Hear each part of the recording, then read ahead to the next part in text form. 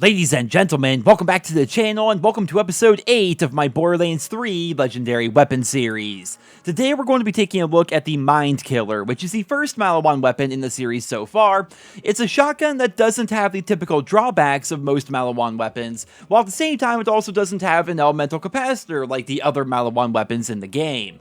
The red flavor text reads, "I must not fear, fear is the Mindkiller." And what this means is the Mindkiller shotgun will fire 9 pellets in a circular sound wave, and when you're aiming down sights, those 9 pellets will be in a plus formation. On your screen right now is going to be what it looks like when you aim down sights versus when you hip fire.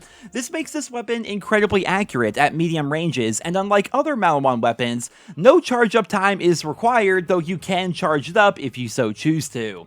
So how you go about farming this gun is you need to head out to Ascension Bluff and take on Mouthpiece. No doubt you guys remember Mouthpiece as the final boss of the Holy Broadcast Center, and you also know him as the guy who drops the unique Dubstep pistol. Well, it turns out he also has an increased chance to drop the Mindkiller shotgun as well. The Mindkiller, of course, can also be obtained randomly from suitable loot sources like chests or the chest in Sanctuary or even ammo boxes out in the world, but if you're looking to farm this gun in a hurry, come out here and kill Mouthpiece and eventually he will drop you the Mindkiller. Don't worry about the farm time either, because it seems to have a pretty high drop rate from Mouthpiece, and every time you save and exit to refight him, you will respawn right outside of Mouthpiece's room, so it doesn't really take too long to farm this weapon. Now that we have the Mindkiller in hand, let's go ahead and show just how strong it can actually be. In my own personal opinion, I adore this gun. Because you don't need to charge it up, you can basically spam this shotgun at your targets, and because it does great damage by default and it's also very accurate and predictable,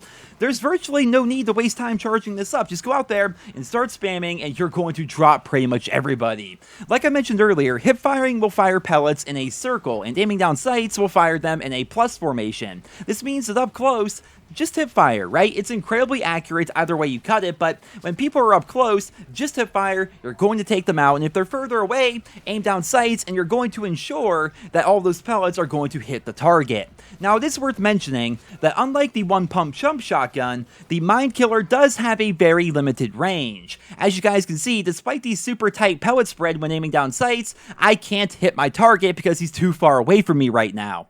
This shouldn't prove to be too much of a problem, I don't think, though, because this is a shotgun, right? Just rush forwards at your targets, start spamming shots, and watch as virtually everything just starts to fall down around you. I know there's a lot of crossover between this channel and my Call of Duty channel, so for you COD fans out there, I would liken the Mindkiller to using the Striker that we saw back in Modern Warfare 3. The magazine size is pretty big, the reload time is pretty fast, the damage is incredible, and the fire rate is also pretty good. Overall, I would say the Mindkiller is an incredibly versatile shotgun, and I highly recommend you guys go out there and farm it. Like I said earlier, it has a decently high drop rate, so get out there, farm Mouthpiece, and get your hands on the Mindkiller. And to end off the video here today, I'm going to show you some gameplay of this weapon versus the Graveboard, because maybe some of you guys are wondering if it's only good for taking out normal enemies out in the universe, but believe me, it's just as good at killing bosses as it is Skags or Racks or whatever else out there, right? Now obviously, some results are going to vary. Every Vault Hunter is going to be different, every build is different, everyone is using different class mods and has different Guardian ranks and things like that, but